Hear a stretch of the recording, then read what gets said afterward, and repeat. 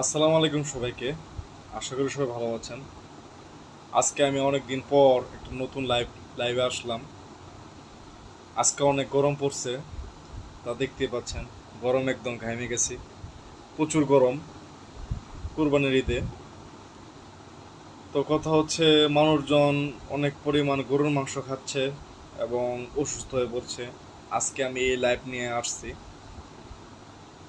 এখন আমি আজকে বোঝাবো যে কাদের কাদের গরুর মাংস খাওয়া উচিত, কাদের কাদের খাওয়া উচিত না। প্রথমত দেখতে গেলে যারা একটু মোটা বেশি, খাইলে বেশি মোটা হয়ে যায়, তাদের গরুর মাংস খুব কম পরিমাণে খাওয়া উচিত। কিসের জন্য জানেন? কারণ হচ্ছে গরুর মাংস মধ্যে অনেক তেল বেশি থাকে, প্লাস কোলেস্টেরল বেশি থাকে, প্লাস প্রোটিনের উৎস অনেক থাকে। কিন্তু কথা হচ্ছে, কোলেস্টেরল কিন্তু সবার শরীরে এটা যায় না, ঠিক আছে? কোলেস্টেরল কিন্তু সবার শরীরে এটা শুষতে পারে না, অ্যাবজর্ব হয় না, হজম হয় না, অনেক কিছু। আর যাদের অ্যালার্জিজনিত সমস্যা আছে, তাদের তো গরু মাংস খাওয়াই যাবে না। কিন্তু কথা হচ্ছে, এখন আসে যে কুরবানির ঈদে, এখন ভাই বলতে পারেন যে কুরবানির ঈদ দিছি, গরুর মাংস খাবো না কিসের জন্য? এখন আমি বলে দিই, গরুর মাংস আপনারা খাবেন পার ডে 100 গ্রাম। 100 গ্রামের বেশি গরুর মাংস খাওয়া যাবে না যেসব ব্যক্তির। আর হৃদরোগজনিত যাদের রোগ আছে, শ্বাসকষ্টজনিত যাদের রোগ আছে, তাদের তো গরুর মাংস একদমই বেশি পরিমাণ খাওয়া যাবে না। কারণ গরুর মাংস বেশি খেলে কোলেস্টেরলের মাত্রা বেশি বেড়ে গেলে তাদের কিন্তু অনেক পরিমাণ ক্ষতি ক্ষতি হবে। হুতম পেঁচা একটা লাইক দিল। লাইভে স্বাগতম হুতম পেঁচাকে। আর কথা হচ্ছে যে গরুর মাংস এখন কাদের কাদের জন্য উপকারী, এটা আমি বলি। যারা অনেক দিন ধরে আমারে বলতেছেন যে ভাই আমি মোটো হতে পারছি না, চিকন, আমার মোটা হতে দরকার, তাদের গরু মাংসটা অনেক উপকারী। গরু মাংস খাইলে আপনারা মোটা হবেন। প্লাস কথা হচ্ছে যে গরু মাংস যদি ডায়েটে অ্যাড করেন, তাহলে কিন্তু আপনার শরীরে অনেক উপকার হবে। তাই গরু মাংসটা যারা চিকন, তাদের জন্য খাওয়া একদম দরকার। আর কথা হচ্ছে যে চিকন ও মোটা যে কোনো দুইজন ব্যক্তির মধ্যে অবশ্যই খেয়াল রাখতে হবে যে গরু মাংস খেতে হলে চর্বিটা যাতে কম থাকে। চর্বির মধ্যে কিন্তু অনেক পরিমাণ কোলেস্টেরল থাকে, যা শরীরের জন্য অনেক ক্ষতিকর। এটা কিন্তু আমি বারবার বোঝালাম, ঠিক আছে? আর গরুর মাংসের তেল কিন্তু সচরাচর সবসময় খাওয়া হয় না। কিন্তু আপনারা যারা মনে করছেন যে এই ঈদের মধ্যে 7 দিনের মধ্যে উরুম ধুরুম পরিমাণ গরুর মাংস খাবেন, খায় সেরে খুব কিছু করে ফেলবেন, এটা আপনার জন্য একটা ভুল, ঠিক আছে? কিসের জন্য ভুল? কথা হচ্ছে, গরুর মাংসে এমন পরিমাণ কোলেস্টেরল থাকে, যেটা মনে করেন যে আপনার শরীরকে তো গরম করবেই করবেই, প্লাস আপনার টেস্টোরেন্ট বুস্ট করবে। এটা যেমন একদিক দিয়ে উপকারী, তেমনি অপকারীও, ঠিক আছে? তাই ডিসিশন আপনার, গরু মাংস খাবেন কি খাবেন কি না।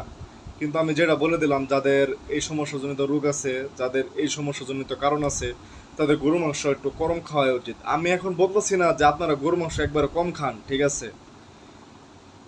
খাবেন প্রতিদিন 100 গ্রাম 200 গ্রাম এমন। কিন্তু মনে করেন যে একবারে পাতিল নিয়ে বসলেন, উরুম দুরুম খাওয়া শুরু করলেন, তাহলে ভাই অসুস্থ হবেনি। আর এখানে কথা হচ্ছে যে গরম পড়ছে প্রচুর, গরু মাংস খেলে কিন্তু শরীরে এমনিতে হিট থাকে, ঠিক আছে? কথা হচ্ছে হিট থাকার কারণে শরীর কিন্তু এমনিতে গরম।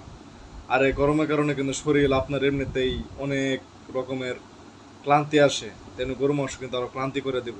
তাই কিন্তু এই জিনিসটা দেখবেন, এত বেশি পরিমাণে গরু মাংস খাবেন না, আপনার ভালোর জন্য বলছি। এখন কথা হচ্ছে, গরু মাংস খেয়ে জিম করা যাবে কিনা? গরু মাংস খেয়ে জিম করা যাবে ঠিকই, কিন্তু কথা হচ্ছে এখন যে গরমটা পড়ছে, তাই নিয়ম অনুযায়ী গরু মাংস খাইতে হবো, ঠিক আছে? যে মনে করো গরমটা পড়ছে, গরমের আগে 3-4 ঘন্টা আগে খাইয়ে দেয়, তারপরে জিমে যাবা। কিন্তু কে জানে, যদি হিট স্ট্রোক করে জিমে মারা যান, তাও তো একটা কথা, ঠিক আছে? জিমে কিন্তু অনেক লোক আছে এখন, বলতে গেলে কেউ জিম করুক বা না করুক, এখন পোলাপান কিন্তু সবাই বডি বানাতে আগ্রহী, ঠিক আছে? জিমে যাক বা না যাক, 3-4 দিন যাবো, জিমে ভিড় থাকবোই। এতে করে যারা আমাদের মতো প্রফেশনাল বডি বিল্ডার আছে, তারা জিমে গেলে আসলে ভালো মতে ঠিক মতো এফোর্ট দিতে পারে না ওয়ার্কআউটে, ঠিক আছে? তো আপনারা কি করবেন? তো গরু মাংস খাবেন অনেকক্ষণ আগে, যাতে তাড়াতাড়ি হজম হয়। বাই চান্স কোনো সময় গরু মাংস ওয়ার্কআউটের আগে খাবেন না, না হলে কিন্তু আপনার হিট স্ট্রোক হতে পারে, কারণ গরু মাংস প্রচুর পরিমাণে কোলেস্টেরল আছে।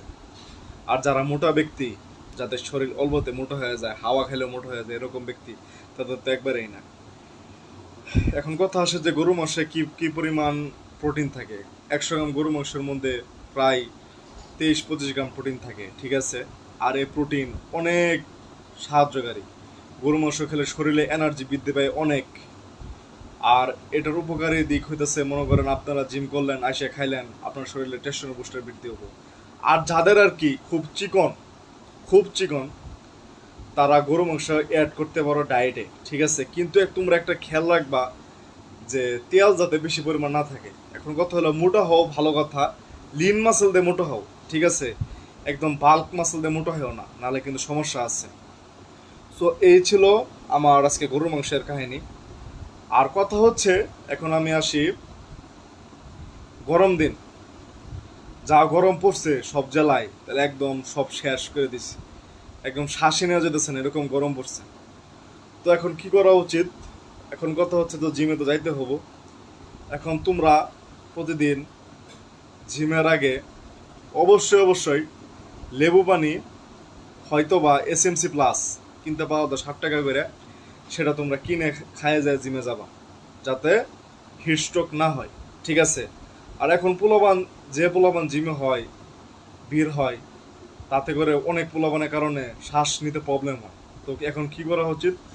এখন কথা হচ্ছে যে জিমে যে কোনো এক সাইডে যায় জিম করা উচিত, অযথা এফোর্ট দেওয়া উচিত না। যদি এফোর্ট দেও, একটা জীবনের একটা রিস্ক আছে, ঠিক আছে। জীবনের রিস্ক নেওয়াটাও এটা ঠিক না, এটা তোমার কম্পালসারি সাবজেক্ট, ওকে। এটা তোমার মেন সাবজেক্ট না। আর কথা হচ্ছে যে মেন সাবজেক্টে করতে গেলে তোমার মনে করো যে জিম করো, যদি তুমি অসুস্থ হয়ে পড়ো, তোমার কিন্তু দেখার মতো কেউ থাকবে না। কারণ তুমি স্টুডেন্ট, আমিও স্টুডেন্ট, তাই আমি স্টুডেন্টের কষ্টটা বুঝি, তাই আমি আর কি বললাম, এটা একটা অপশনাল সাবজেক্টের মতো রেখে দাও জিমরে। আর যারা কম্পালসারি নেও তাদেরকেও চলে, কিন্তু মেন কখনো নিও না, ঠিক আছে।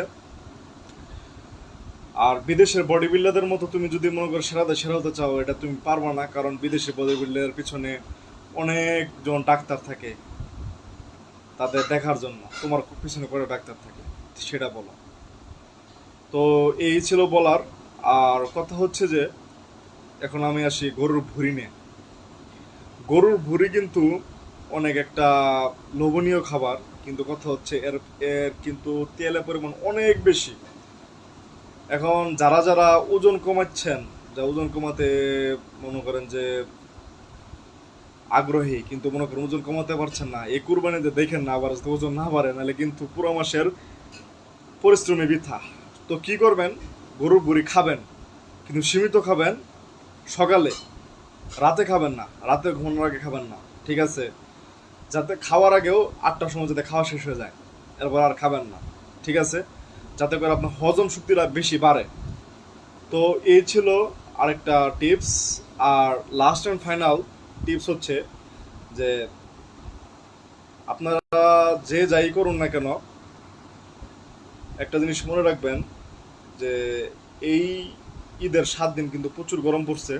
আর কথা হলো, গরমের সাথে সাথে যদি গরুর মাংস প্লাস হ্যান ত্যান এগুলা খান, আপনার লক্ষ্য কোনো কিছু পূরণ হবো না, যেগুলো আমি বলে দিলাম।